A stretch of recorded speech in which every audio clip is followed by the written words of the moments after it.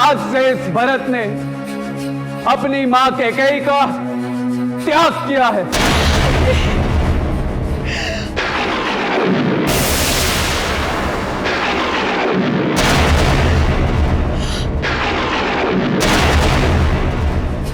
आज के बाद अपना ये कलंकित मुंह मुझे कभी मत दिखाना। भरत! मैं ये सहन नहीं कर सकता मां, और मैं ये सहन नहीं करूंगा। अधर्म, अन्याय, अनीति, अनाचार की सेना लेकर रघुकुल के आदर्शों पर आक्रमण करने वालों को मैं दंड देकर रहूंगा। शत्रुघ्न, रुक जाओ शत्रुघ्न।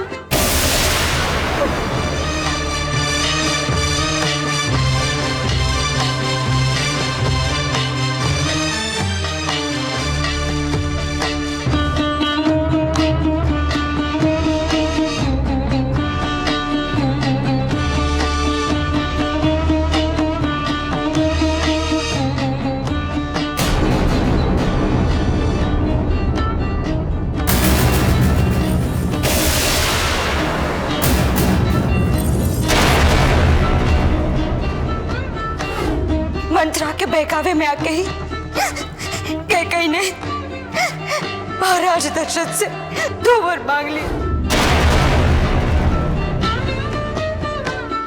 सौमित्र, इस भ्रष्टमती मंत्रा ने अयोध्या के वातावरण को दूषित कर दिया है। यही है जिससे रघुनंदन राम को वन भेज दिया।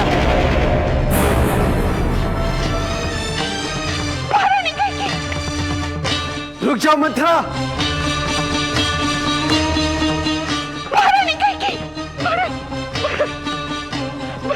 मुझे बचा लो। शत्रुघ्न, तुम एक स्त्री पर हाथ उठाओगे? ये स्त्री नहीं है भैया, ये हमारे सुखी परिवार की खुशी को आग लगाने वाली राक्षसी है। ये हमारे पिताजी की हत्यारिन है। बचपन से ही राम भैया का तिरस्कार करती आई है ये, और इसी कारण आज भैया और भाभी को वन में जाना पड़ा है। मैं इस पापनी को जीवित नहीं छोड़ूंगा भैया। शत्रुघ्न, यदि तुमने स्त्री पर हाथ उठाया तो राम भैया रुष्ट हो जाएंगे। क्यों? राम भैया ने भी तो ताड़का का वध किया था, और ये मंथरा उस ताड़का से कम नहीं है। चंडालनी कहेगी। मुझे बचा लो भरत, मुझे बचा लो।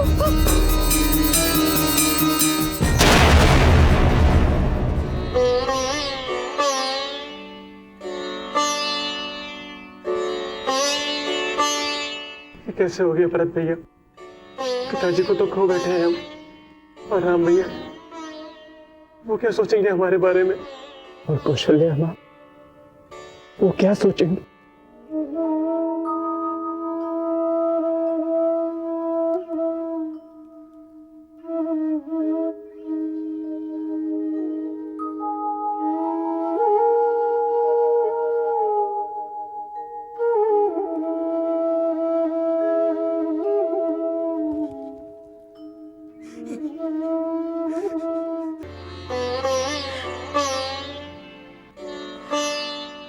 होनी तो हो गई।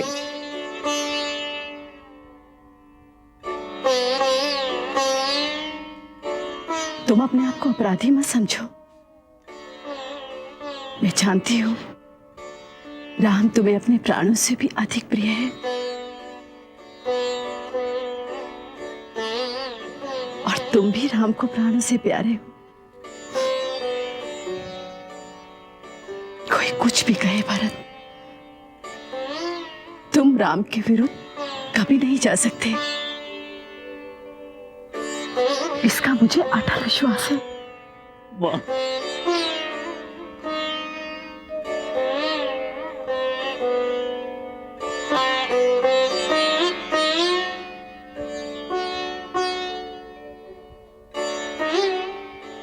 मैं कब से तुम्हारी प्रतीक्षा कर रही थी भरत।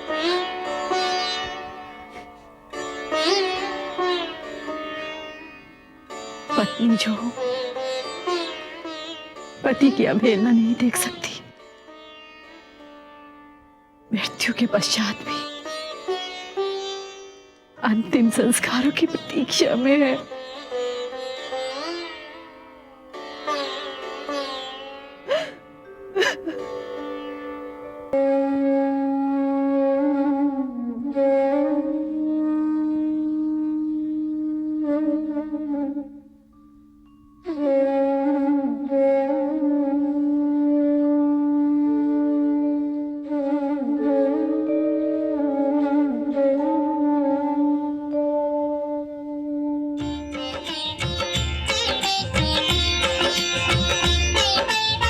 पितु को यूं देखा नहीं, कांतिहीन असहाय,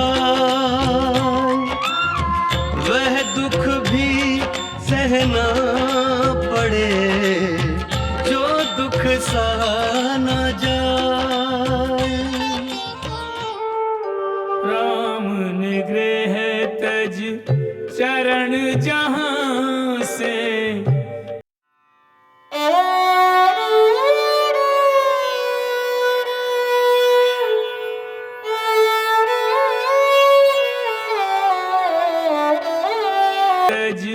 चरण जहां से वन की ओर बढ़ाए हो।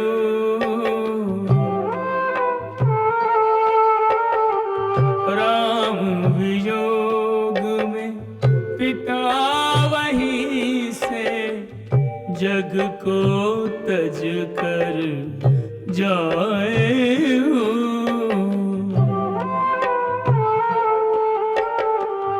अपने अपने जोड़ के नाते हर कोई अश्रु बहाए हो। जाने वाला फिर नहीं लौटे, कितना ही कोई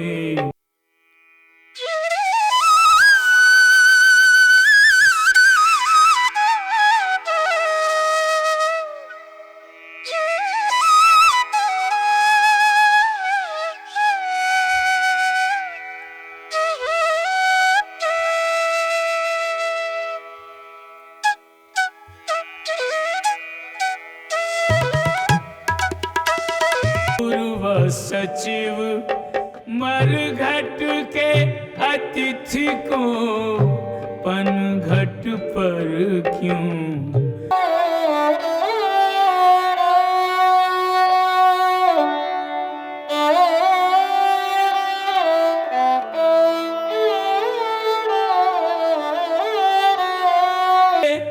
सोने वाला अग्नि की सेज सजाए हो। कोई रखे लकड़ी, कोई मुख ढांपे, हर कोई धर्म निभाए हो।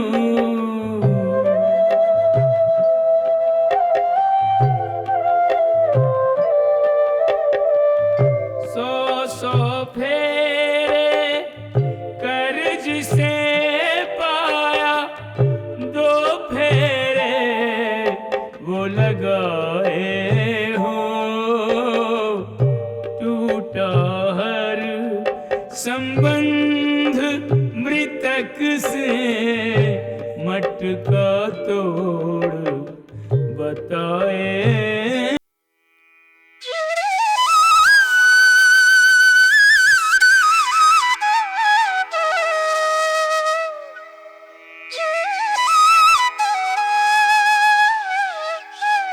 अग्नि के ताप से बच नहीं पाए हो।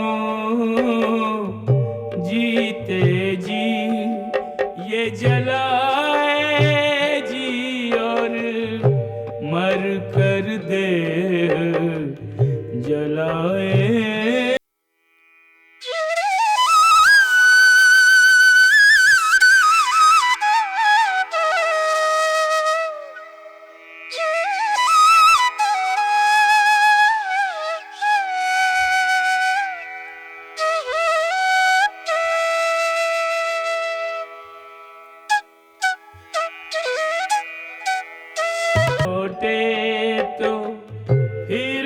वही माया, फिर वही आए आए हो।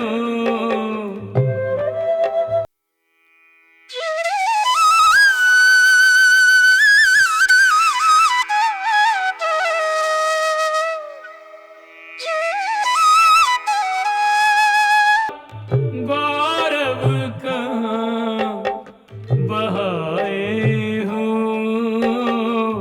वह जो छोड़े वह तो सब कुछ बह कर भी रह जाए हो।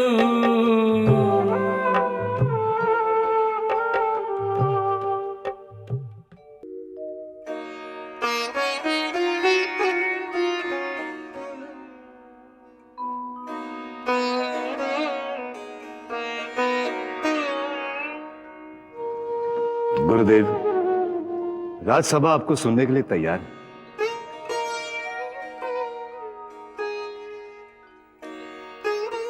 ये पहली राजसभा है जिसमें महाराज दशरथ नहीं है।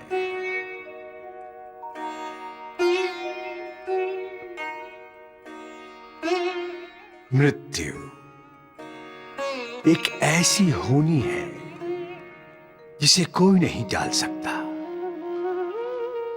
इसलिए हमें ना तो किसी पर क्रोध करना चाहिए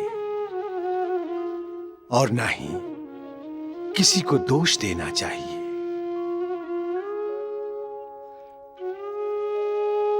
क्योंकि ये मनुष्य के हाथ में है ही नहीं, ये तो विधाता के हाथ में है।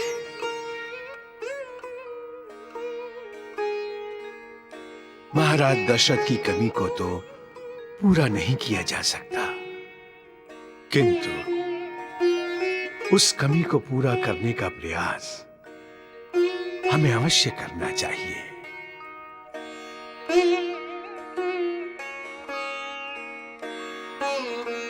किसी भी राज्य को राज सिंहासन को खाली रखना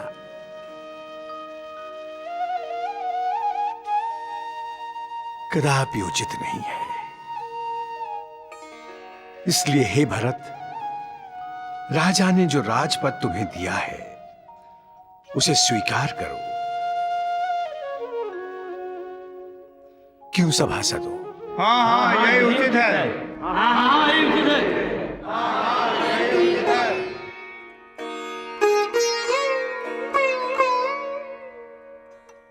पुत्र भरत, राजसभा और गुरुदेव उचित ही कह रहे हैं।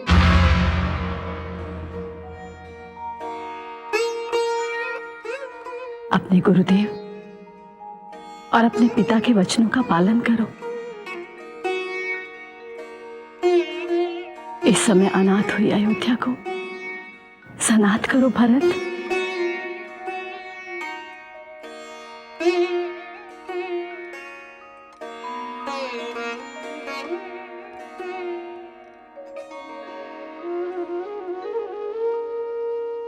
गुरुदेव, मंत्रीगण और हर कोई जो इस सभा में उपस्थित मेरे लिए आदरणीय है, क्योंकि आपने मेरे पिता का साथ दिया।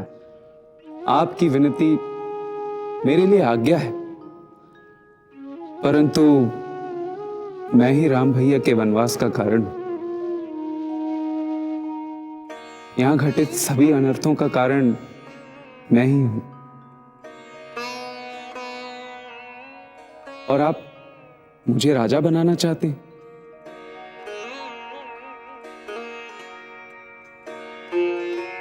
क्या यह उचित है?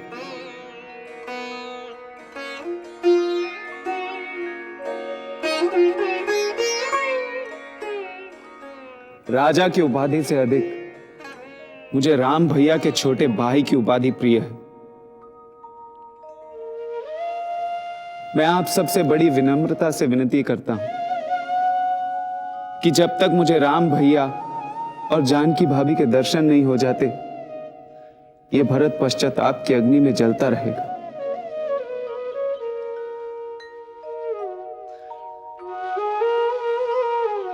मेरा कल्याण तो इस राज सिंहासन की सेवा में है, इस पर बैठने में नहीं। जिस तरह प्राणों के बिना एक शरीर निष्प्राण हो जाता है, उसी तरह राम भैया के बिना मेरा जीवन निष्प्राण है। यदि मैं इस सिंहासन पर बैठता हूं तो मेरी दृष्टता होगी।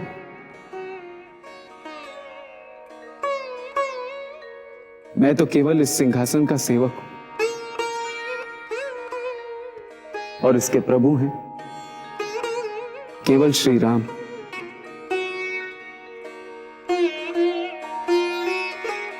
परंतु रघुनंदन राम तो वन चले गए हैं। तो हम उन्हें वापस ला सकते हैं।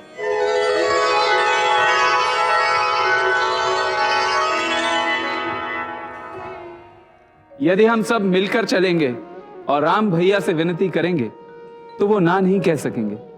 मैं स्वयं उनसे विनती करूंगा। यह अच्छा सुझाव है गुरुदेव। हमें तत्काल वन में जाना चाहिए। गुरुदेव, यदि आप आज्ञा दें तो ही हम वन जाएंगे। आज्ञा कैसे न तू भारत, आज्ञा कैसे न तू। आज तुमने अपने विवेकपूर्ण निर्णय से अयोध्या वासियों के निष्प्राण हो चुके शरीर में प्राण फूंक दिए हैं। निराश हो चुके मनों में आशा जगा दी है भारत। राम ने अपने पिता का वचन पालन करने के लिए अयोध्या के राज सिंहासन को त्याग दिया और तुम अपने बड़े भाई को न्याय दिलाने के लिए चक्रवर्ती सम्राट के सिंहासन को तुच्छ मान रहे हो।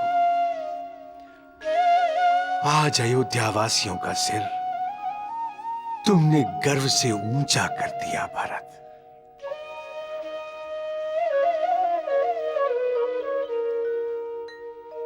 अयोध्या का सूर्य अस्त होने के बाद भी किसी को नहीं लगेगा कि अयोध्या का सूर्य अस्त हुआ है, बल्कि ऐसा लगेगा कि सूर्य पहले से भी अधिक तेजस्वी होकर उदय हुआ है तुम्हारे रूप में भारत।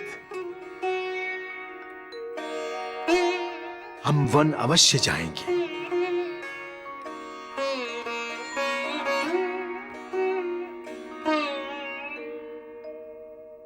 सत्य में तुम राम के छोटे भाई। जय श्री राम।